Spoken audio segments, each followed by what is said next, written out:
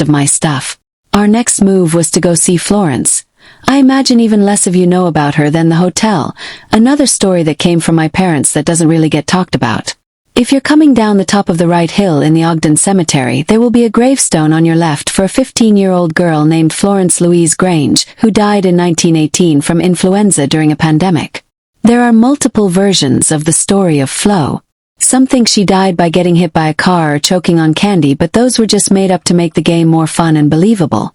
Over the years, people have made rules that you have to park your car at the top of the hill, shut it off, flash your lights 3 times, and then she will appear in front of your car and try to get in. Of course you can try this, but that's not how you have to do it. People say if you're not in the car she will kill you, but people used to contact her without cars, so I think that you would be okay. No matter how you choose to contact her, it is said that she will appear in front of her grave and slowly become clearer as she gets closer. We parked at the top of the road and I took a deep breath to center myself. I remember looking down that road late at night. It was eerie and mysterious. Looking down this road, you see 3 big trees down the path, a little on each side of the road, towering over it. I am sitting in the front passenger seat, staring down the road, waiting and preparing. Everyone gets quiet, and Kylie turns her car off and flashes her lights 3 times. Out of all the things I believe, and I was never really a believer of Florence, I figured it was just some game teenagers used to play and nothing would happen, but I try to believe the unbelievable.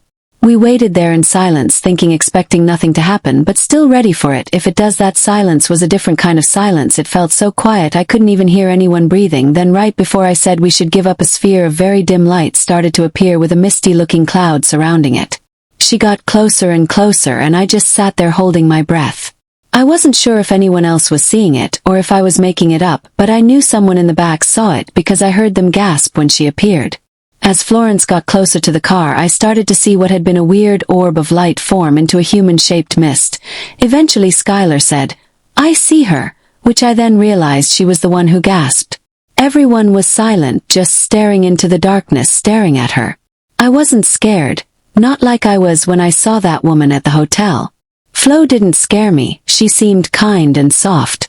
She continues to get closer and closer until Malachi sits up and says, "But focus on the trees. Do you guys see the shadows?" As he says that, Flo disappears and I start to look at the 6 trees lining the road. As I'm focusing on them, I see a shadow start to grow at the bottom of one of the trees and another under the leaves on a different tree. The shadows grew, slowly growing, making the trees darker, and practically consuming them. Now this felt different than Flo. It made my eyes water and my skin hot. These shadows were not pure or kind. They